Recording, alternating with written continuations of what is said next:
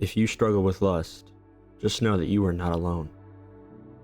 In a time where the world runs through the internet, you can be tempted with lust everywhere you go.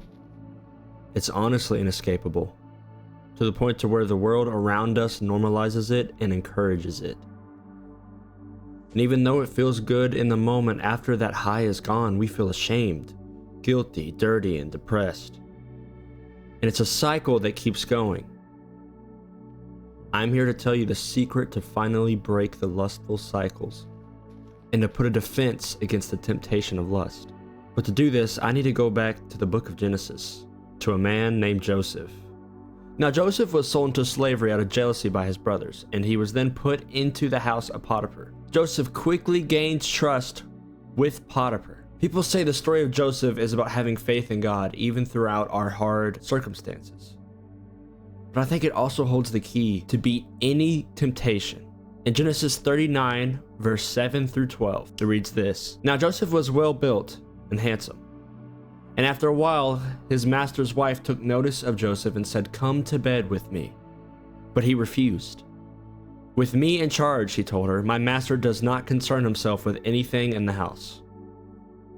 Everything he owns he has entrusted to my care. No one is greater in this house than I am. My master has withheld nothing from me except you, because you are his wife. How then could I do such a wicked thing and sin against God?" And though she spoke to Joseph day after day, he refused to go to bed with her or even be with her. Verse 11, one day he went into the house to attend his duties, and none of the household servants was inside. She caught him by his cloak and said, "Come to bed with me." But he left his cloak in her hand and ran out of the house. In this verse, in this story, Joseph was talking about not betraying Potiphar, but really he was talking about not betraying God. Because if he betrays Potiphar, in return he's also betraying the will of God. We see Joseph's faith and loyalty to God so strong that he didn't even think, he ran. Joseph served God, not Potiphar. Temptation starts with thinking.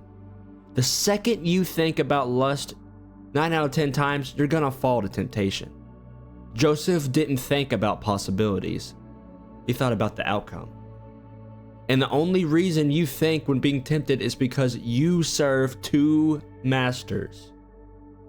You see, Joseph served one master, which was God. So to him, it wasn't even temptation. He didn't look at it as a choice. There was no choice to fall to temptation. Now I want you to think about your life.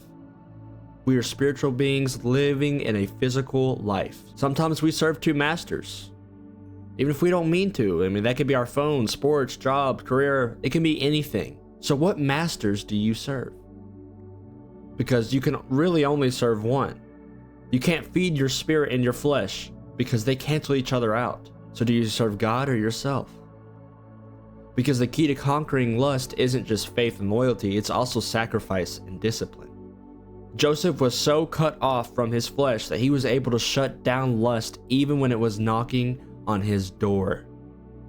And he was able to because of discipline.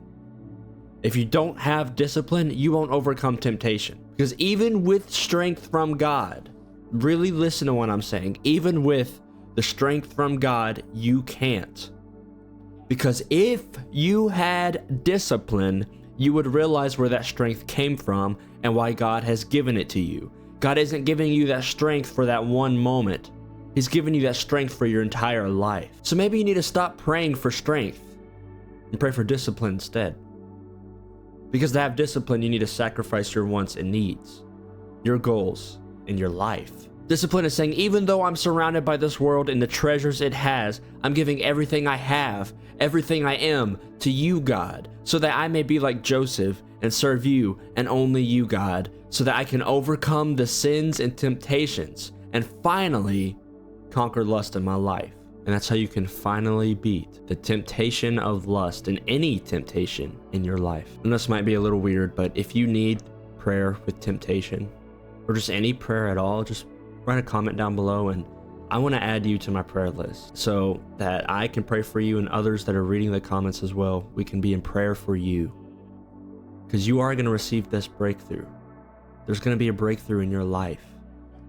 God bless you. Thank you for taking your time watching this video. See y'all in the next video.